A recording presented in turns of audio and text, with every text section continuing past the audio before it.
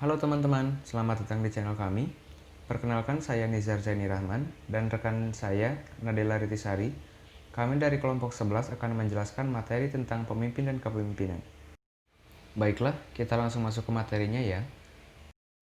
Pengertian pemimpin dan kepemimpinan. Secara etimologi, pemimpin dan kepemimpinan berasal dari kata pimpin atau to lead, kemudian dengan penambahan imbuhan atau konjungsi berubah menjadi pemimpin atau leader dan kepemimpinan atau leadership. Pemimpin dan kepemimpinan bersifat universal, artinya selalu ada dan senantiasa diperlukan pada setiap usaha bersama manusia dalam segenap organisasi, mulai dari tingkat lokal, regional, sampai nasional dan internasional. Selanjutnya, pengertian pemimpin dan kepemimpinan menurut para ahli. Yang pertama, menurut Badeni, kepemimpinan dapat didefinisikan sebagai kemampuan seseorang untuk mempengaruhi suatu kelompok ke arah tercapainya tujuan. Yang kedua, menurut Martinus Yamin dan Maisah, kepemimpinan adalah suatu proses mempengaruhi yang dilakukan oleh seseorang dalam mengelola anggota kelompoknya untuk mencapai tujuan organisasi. Kemudian, faktor-faktor yang mempengaruhi kepemimpinan. Yang pertama ada faktor internal. Secara pribadi, pemimpin tentu memiliki karakter unik yang membuatnya menonjol dari orang lain. Keunikan ini tentu mempengaruhi pandangan dan metode kepribadian bawaan yang membedakan pemimpin sebagai individu dan memiliki kemampuan untuk dibentuk melalui proses kedewasaan dan pendidikan. Kemudian, yang kedua ada faktor eksternal. Faktor eksternal adalah faktor ketergantungan dan faktor sikap yang berasal dari lingkungan sekitarnya, misalnya status sosial, pendidikan, pekerjaan, harapan, ideologi, agama, dan sebagainya. Yang selanjutnya yaitu fungsi kepemimpinan. Secara umum, fungsi kepemimpinan dibagi menjadi 5. Yang pertama yaitu fungsi instruktif. Artinya, pemimpin berperan sebagai komunikator yang menentukan apa isi perintahnya, bagaimana cara melakukannya, kapan waktu pelaksanaannya, dan di mana tempat mengerjakannya agar keputusan dapat diwujudkan secara efektif. Dengan kata lain, fungsi orang yang dipimpin hanyalah untuk melaksanakan perintah pemimpin. Yang kedua yaitu fungsi konsultatif. Artinya, pemimpin bisa menggunakan fungsi konsultatif sebagai komunikasi dua arah. Bentuk komunikasi ini dibutuhkan saat pemimpin akan menetapkan kebijakan atau keputusan memerlukan bahan pertimbangan dari kelompok yang dipimpinnya. Dengan begitu, seorang pemimpin dapat mengambil keputusan secara efektif dan maksimal. Kemudian, yang ketiga yaitu fungsi partisipasi. Fungsi kepemimpinan ini melibatkan anggota untuk turut serta dalam setiap pengambilan kebijakan. Hal tersebut dilakukan seorang pemimpin agar orang yang dipimpinnya memiliki kesempatan untuk berpartisipasi dalam melaksanakan kegiatan yang akan dilakukan. Selain itu, fungsi partisipasi harus dijalankan supaya anggota dapat secara aktif mengikuti setiap proses yang sedang dijalankan organisasi. Yang keempat yaitu fungsi delegasi. Dalam menjalankan fungsi delegasi, pemimpin harus memberikan kepercayaan kepada orang yang dipimpinnya, seperti pelimpahan wewenang dan turut andil dalam penentuan keputusan. Hal ini perlu dilakukan karena tujuan organisasi tidak dapat dicapai secara maksimal jika seorang pemimpin bekerja sendiri. Oleh karena itu, kerjasama antara pemimpin dan anggota sangat diperlukan dalam sebuah organisasi. Yang terakhir yaitu fungsi pengendalian. Salah satu fungsi kepemimpinan ialah mampu mengatur aktivitas dari para anggota secara terarah. Pemimpin harus mampu memberikan arahan, bimbingan, serta contoh yang baik terhadap anggota. Dalam mewujudkan fungsi pengendalian ini, seorang pemimpin perlu mengadakan kegiatan bimbingan, koordinasi, dan pengawasan. Baiklah, untuk materi selanjutnya akan dijelaskan oleh rekan saya, Saudari Nadela Ritisari. Nah, selanjutnya saya akan menjelaskan tentang teori kepemimpinan. Yang pertama ada teori orang hebat, Great Man Theory. Great Man Theory atau teori orang hebat ini berasumsi bahwa sifat kepemimpinan dan bakat-bakat kepemimpinan ini dibawa dari sejak orang tersebut dilahirkan. Great Man Theory ini menyatakan bahwa pemimpin hebat itu ditakdirkan lahir untuk menjadi pemimpin. Teori tersebut juga menganggap seorang pemimpin hebat akan muncul saat dalam menghadapi situasi tertentu. Yang kedua, teori sifat kepribadian, trait theory. Teori sifat kepribadian atau trait theory ini mempercayai bahwa orang yang dilahirkan atau dilatih dengan kepribadian tertentu akan menjadikan mereka unggul dalam peran kepemimpinan. Teori kepemimpinan ini berfokus pada analisis karakteristik mental, fisik, dan sosial untuk mendapatkan lebih banyak pemahaman tentang karakteristik dan kombinasi karakteristik yang umum di antara para pemimpin. Yang ketiga, ada teori perilaku, behavioral theory. Teori ini berfokus pada perilaku para pemimpin daripada karakteristik mental, fisik, dan sosial mereka. Keberhasilan seorang pemimpin ditentukan oleh perilakunya dalam melaksanakan fungsi-fungsi kepemimpinan, dan perilaku tersebut dapat dipelajari atau dilatih. Yang terakhir ada teori kontingensi, kontingensi teori. Teori kontingensi atau kontingensi teori beranggapan bahwa tidak ada cara yang paling baik untuk memimpin dan menyatakan bahwa setiap gaya kepemimpinan harus didasarkan pada situasi dan kondisi tertentu. Teori kontingensi atau kontingensi teori ini juga sering disebut dengan teori situasional. Kemudian ada jenis-jenis gaya kepemimpinan. Yang pertama ada kepemimpinan strategis. Gaya kepemimpinan strategis merupakan antara tugas atau sebuah tujuan yang ingin dicapai dan adanya sebuah peluang untuk berkembang dari tugas yang telah ditetapkan. Manajer seperti ini akan berusaha memberikan kompensasi dan memastikan kondisi kerja tetap kondusif dan stabil untuk semua. Yang kedua, ada kepemimpinan otoriter. Kepemimpinan otoriter merupakan suatu kebalikan dari kepemimpinan demokratis. Pemimpin dengan gaya ini ialah seorang pemimpin yang begitu absolut. Gaya dalam kepemimpinannya tercermin dalam bagaimana seseorang pemimpin membuat sebuah keputusan tanpa memikirkan adanya orang-orang yang dipengaruhi dengan pilihan yang telah dibuat.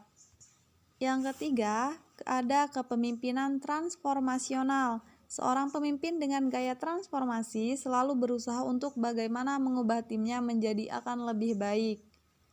Perubahan ini didapat berupa sebuah keterampilan tambahan dan kemampuan untuk melakukan lebih banyak pekerjaan yang lebih cepat.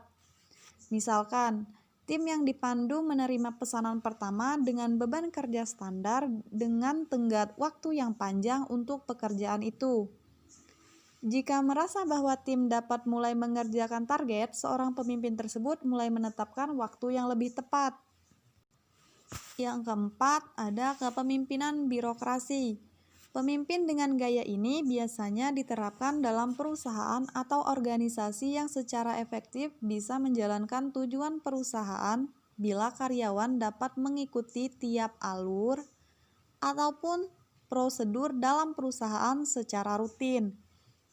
Di dalam gaya pimpinan ini, semua prosedur sudah baku dan telah diatur sehingga para anggota tak bisa melakukan inovasi sebab semuanya sudah diatur dengan jelas sesuai dengan prosedurnya. Selanjutnya ada kepemimpinan demokratis.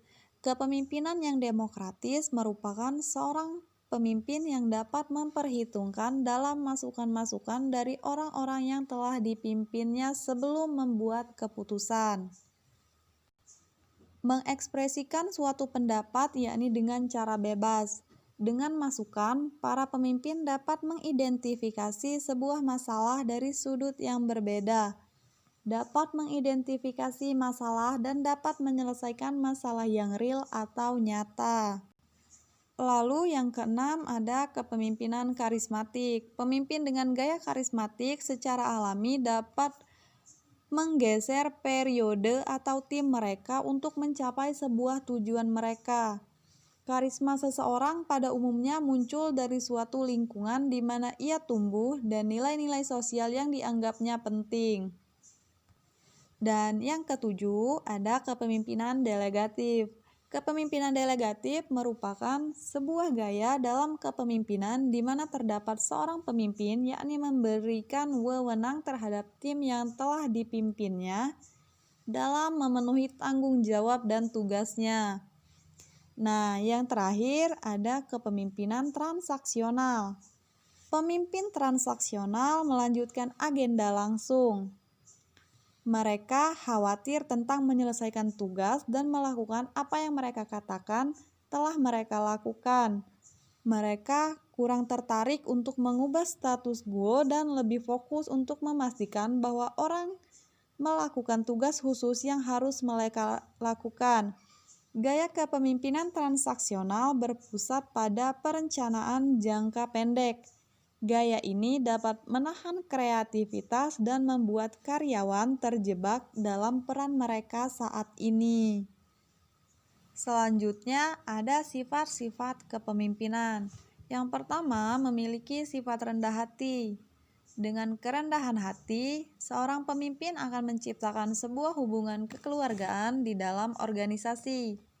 Sedangkan sikap yang sombong akan menciptakan keegoisan. Yang kedua, terbuka terhadap kritik. Para pemimpin harus terbuka untuk menanggapi aspirasi orang dan menerima kritik yang konstruktif dan sehat. Tidak pantas menganggap kritik sebagai penistaan dan menganggap kritik sebagai lawan. Yang ketiga, berlaku adil. Keadilan adalah sikap yang sebaiknya ada pada diri seorang pemimpin. Seorang pemimpin dituntut untuk dapat berperilaku adil tanpa membeda-bedakan atau keberpihakan pada seseorang. Yang keempat, komunikasi yang baik. Sebagai seorang pemimpin harus bisa berkomunikasi dengan baik ke seluruh karyawan hingga pihak eksternal perusahaan. Dengan memiliki kemampuan komunikasi yang baik, karyawan maupun pihak lain akan lebih mudah mengerti apa yang ingin disampaikan dan lakukan. Yang terakhir, bertanggung jawab. Seorang pemimpin yang baik juga harus memiliki tanggung jawab. Bahkan ketika ada seorang karyawan yang tidak bekerja dengan maksimal, karyawan lain dan pemimpin turut serta ambil bagian untuk mempertanggungjawabkan kesalahannya. Lalu ada hal-hal yang perlu dilakukan untuk menjadi pemimpin. Yang pertama, menginspirasi dan memotivasi. Pemimpin yang hebat menciptakan proyeksi masa depan. Ia akan memberikan gambaran masa depan yang jelas dan menarik, juga memotivasi orang lain agar mampu meraihnya. Yang kedua, memiliki integritas dan kejujuran tinggi. Pengertian kepemimpinan juga mencakup integritas dan kejujuran yang tinggi. Setiap pemimpin harus memberi contoh yang baik kepada anggotanya dengan berlaku jujur kepada semua orang. Yang ketiga, mempelajari dan menyelesaikan masalah. Seorang pemimpin direkrut, dilatih, dan dipilih untuk menyelesaikan masalah dan mencari peluang pasar. Tidak hanya kecerdasan yang dibutuhkan, tapi juga kemampuan menganalisa yang baik dan skill lain yang tidak dimiliki oleh anggota lainnya. Yang keempat, bersikap profesional. Seorang pemimpin harus bersikap profesional dalam menjalankan tugasnya, yang berarti dapat memisahkan urusan pribadi dan pekerjaan dan tidak mencampur adukan keduanya. Yang terakhir, melakukan inovasi. Seorang pemimpin harus bersifat inovatif, yang berarti dapat membuat solusi-solusi baru dan kreatif untuk mempertahankan organisasinya.